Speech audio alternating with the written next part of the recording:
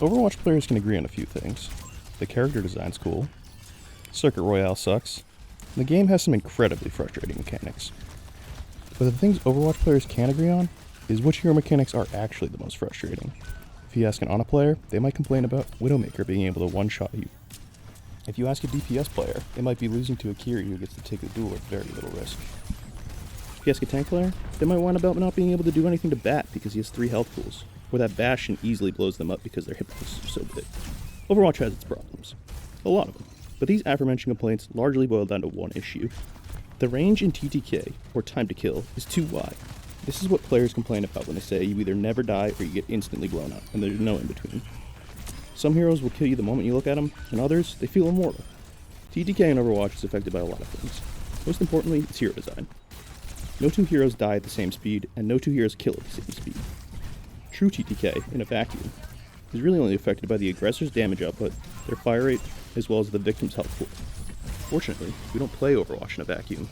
There are a number of ways to affect your TTK, and most of them contribute to the skill curve that makes Overwatch into the game that so many are passionate about.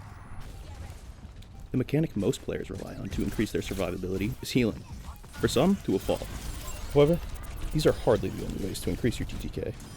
One of the most important variables in how quickly you die is weapon accuracy. Even the best players in the world miss shots.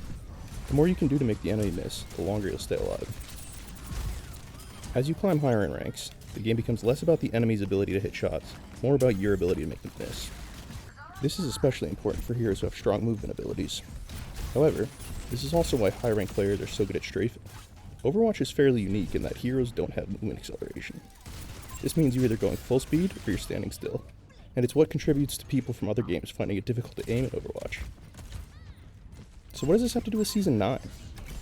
Well, it's been leaked that Season 9 will allegedly have major changes to health pools, the addition of a new DPS passive that nerfs the effectiveness of in-combat healing, an out-of-combat self-healing passive for everyone, and a number of compensation changes to rebalance the game.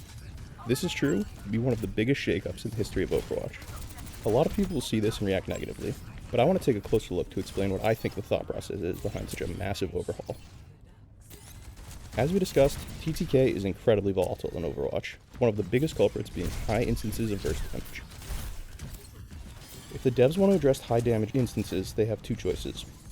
1, nerf those damage instances, or 2, buff health pools, therefore making their relative damage weaker. According to the alleged leaks, the devs chose to do the latter, and this comes with an added bonus. Overwatch is a game of numbers, and the devs prefer to keep those numbers nice and round. This makes it easier for players to calculate things that relate to damage and healing numbers. The problem is, changing some of those numbers can have too large an effect. Increasing health pools mean making round number changes will be a smaller percentage of the total. This effectively makes the scale more finely tuned and should make the game easier to balance in the long run.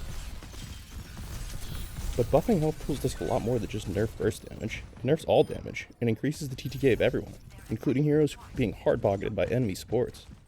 To compensate, the leaked patch has a number of damage buffs, as well as a new DPS passive. First, the passive. The devs have the philosophy that support should be heal bots. I agree with this.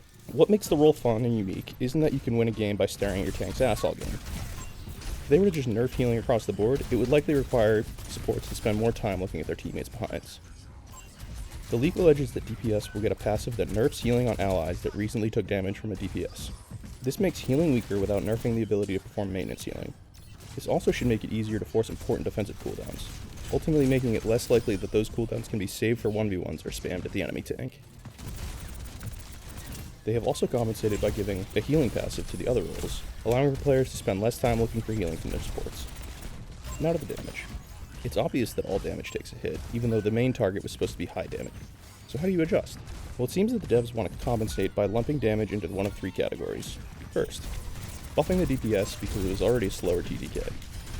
This is what's allegedly being done for Winston's Tesla Cannon, Primal Rage, and Rhyme's Hammer. Without compensation to these largely inoffensive weapons, increased health pools would be a huge net nerf. Secondly, buff the consistency because the burst on this weapon is what's supposed to be targeted. This is why a lot of heroes are getting projectile-sized buffs. These heroes are likely to be left in the dust without compensation buffs. Heroes like Hanzo and Cassidy will have their breakpoints heavily affected by larger health pools, so buffing their consistency is a way to compensate their damage without leaning into their fast TTK. This does have some minor drawbacks. People will say that it lowers the skill expression of a hero, and that is true.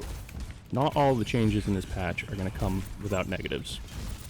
Lastly, buff the damage because this is supposed to be a high impact damage instant durability. This goes for things like Ryan's Pin, Hanzo's Storm Arrows, Diva Bomb, etc. So what does this all add up to? Well, for one, it doesn't mean you can look at anything in a vacuum.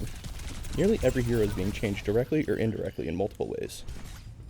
DPS were hit the hardest by an increase in health pools, but are also the sole beneficiary of their new passive, which should make confirming kills easier. What this patch does seem to add up to is less volatility in TTK. Variables that contributed to the inconsistency of TTK have been adjusted, like whether or not you have somebody healing you, the size of a projectile flying toward that erratically strafing Ana, and the relative damage output of high burst weapons. No, this isn't a direct nerf to healing numbers, nor is it a nerf to the highest instances of burst damage. But in effect, that's what it is. At the end of the day, people think there's big problems with the game right now, and big problems require big solutions.